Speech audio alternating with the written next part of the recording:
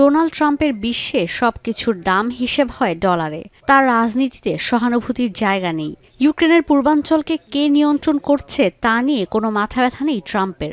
যদি দেশের rare earth মিনারেলের নিয়ন্ত্রণ থাকে তার হাতে। যে যুদ্ধবিরতি চুক্তির আলোচনা তিনি করেছেন তাতে অংশগ্রহণ নেই ইউরোপীয় ইউনিয়নের, এমনকি যে দেশে যুদ্ধ চলছে সেই দেশের রাষ্ট্রপ্রধানকে বাদ দিয়ে যুদ্ধবিরতি নিয়ে রাশিয়ার সঙ্গে ইতিবাচক আলোচনা শেষ করে ফেলেছেন তিনি। যদিও ইউক্রেনের প্রেসিডেন্ট ভলোদিমির জেলেনস্কি স্পষ্ট বার্তা দিয়েছেন এমন কোনো শান্তি চুক্তি গ্রহণ করা হবে না যেখানে কিয়েভের অংশগ্রহণ নেই। ভ্লাদিমির পুতিনের পরিকল্পনা অনুযায়ী কোনো চুক্তি হতে দেয়া যাবে না। ডোনাল্ড ট্রাম্প ইউক্রেনের স্বার্থেই কাজ করবে, এখনও এই বিশ্বাস রাখতে চান তিনি। Коли він хоче зробити все, щоб перемовини у нього були двосторонні, він зі Сполученими Штатами Америки, і ми просто не зможемо акцептувати як незалежна країна будь-які домовленості без нас. এদিকে ডোনাল্ড ট্রাম্পের সঙ্গে ভ্লাদিমির পুতিনের ফোন আলাপের পর চটে গেছে পুরো ইউরোপীয় union. German chancellor Olaf Scholz বলেছেন, ইউক্রেনে অন্যের নিয়ন্ত্রণ করা শান্তি চুক্তি ইইউ কোনোভাবেই সমর্থন করে না। ইইউ পররাষ্ট্র নীতি প্রধান কাজা কাল্লাস বলেছেন, ইউক্রেন যুদ্ধবিরতি চুক্তি না করতে চাইলেও ইউরোপ পাশে আছে। ন্যাটো সদস্য দেশ ব্রিটেনের প্রধানমন্ত্রী কিয়ার স্টারমার বলেছেন, যে কোনো শান্তি আলোচনার জন্য ইউক্রেনকে মধ্যমণি হিসেবে রাখতেই হবে। Nichts über die Ukraine ohne die Ukrainer und nichts über Europa ohne die Europäer. Das gilt. Da sind wir uns mit allen unseren Freunden und Partnern in Europa einig. এই ফোনালাপের পর যেন পুতিনের শর্তই ইউক্রেনের দিকে নতুন করে ছুড়ে দিয়েছেন প্রেসিডেন্ট ডোনাল্ড ট্রাম্প আর প্রতিরক্ষা মন্ত্রী পিট হেগসেথ।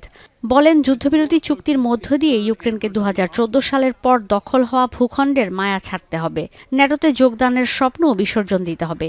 ইউরোপ আর ইউক্রেনের কড়া জবাবের পর ট্রাম্প বলেন, রাশিয়ার সঙ্গে শান্তি আলোচনায় অবশ্যই অংশ নেবে ইউক্রেন। হোয়াইট হাউসে এক বক্তব্যে তিনি বলেন, যুদ্ধবিরতি আলোচনার অংশ কিয়েভ, কিন্তু এই আলোচনা কবে হবে তা এখনই অনুমান করে বলা মুশকিল বলে জানান ট্রাম্প। আবারও বলেন, ইউক্রেনের জন্য ইউরোপের বেশি সহায়তা দেওয়া উচিত। We had a very good conversation with President Putin yesterday, and we also had a very good conversation. I did in both cases with President Zelensky, and I think we're going to be able to do something. I think we're going to be able to make a deal. একই মত যুক্তরাষ্ট্রের প্রতিরক্ষা মন্ত্রী পিট হেগসেথেরও। যদিও NATO প্রধান বলেছেন, Europe আর যুক্তরাষ্ট্র একজোট, এই বাস্তবতা রুশ প্রেসিডেন্ট ভ্লাদিমির পুতিনকে বোঝানো প্রয়োজন। এজন্য শান্তি চুক্তির পাশাপাশি কিয়েভকে প্রয়োজনীয় সহায়তা দিয়ে যাওয়া উচিত। আবারও বলে দেন, শান্তি চুক্তির মধ্য দিয়ে ইউক্রেনকে ন্যাটোর সদস্যপদ দেয়া হবে, এই কথা কখনো বলা হয়নি। He is a strong negotiator. He is very unpredictable. But in the end, if we want to get to a peace deal, we need him there because he was the one starting this war of aggression against your country. বিশ্লেষকরা বলছেন, যুক্তরাষ্ট্রের নেতৃত্বের পরিবর্তনে রুশ president Vladimir Putin আবারও ফিরছেন আন্তর্জাতিক কূটনীতিতে। ইউরোপের একটি দেশে যুদ্ধবিরতি আলোচনা ট্রাম্প ইইউকে ছাড়াই সেরে ফেলায় এই মহাদেশ আর যুক্তরাষ্ট্রের সম্পর্কে চির ধরারও আশঙ্কা করা হচ্ছে। ধারণা করা হচ্ছে, ট্রাম্পের আমেরিকা ফার্স্ট নীতিতে ইউক্রেন বিক্রি হয়ে যাবে। I could imagine that they might feel sold out by the US, and that's how the past 24 hours have really been quite depressing for Ukrainian partners.